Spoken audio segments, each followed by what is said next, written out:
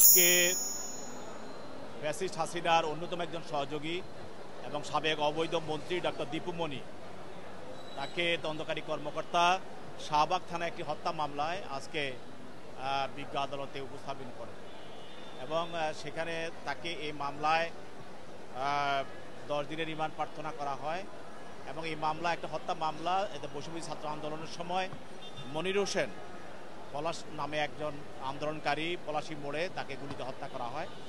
এই মামলায় দিউমনি এজাহার নামে আসামি, তাকে এই মামলা গ্রেপ্তার দেখানো হয়। পরবর্তী তার বিরুদ্ধে 10 দিনের রিমান্ড প্রার্থনা করা হয়।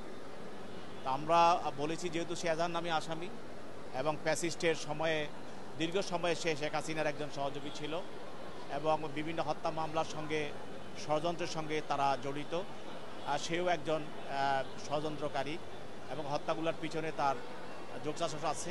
সেই জন্য তদন্তকারী কর্মকর্তা তাকে জিজ্ঞাসা করা প্রয়োজন, যার জন্য 10 দিনের আমরা রিমান্ড চেয়েছি। সেই 10 দিনের রিমান্ড প্রার্থনা করার জন্য বিজ্ঞ আদালতে আমরা উপস্থাপন করেছি এবং বিজ্ঞ আদালত সেখানে 4 দিন রিমান্ড মঞ্জুর করেন।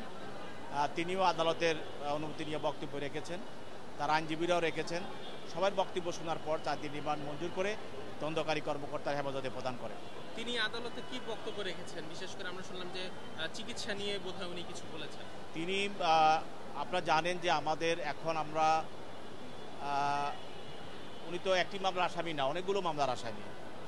এর অনেক আগেই আমরা ওনার বিভিন্ন মামলায় আমরা আমাদের বিজ্ঞ বিচারক নির্দেশ দিয়েছেন যে তাকে আমাদের যে জেল কোড আছে সেই জেল কোড অনুসারে তাকে চিকিৎসা করা হোক।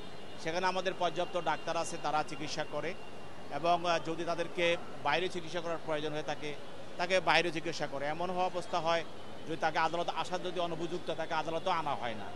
তো তাকে আজকে অনেক সুস্থ এবং সবল মনে হয়েছে এবং তার কথাবার্তা বোঝা গেছে সে অনেকটা সুস্থ, অনেক ভালোভাবে আদালতে সে বক্তব্য রেখেছে। আমরা বলেছি, তারপরেও বলেছি সে যদি অসুস্থ বোধ করে সেখানে আমাদের জেল কোড অনুসারে আগে আদেশ দেওয়া আছে তাকে চিকিৎসা করানোর জন্য, উনি সেখানে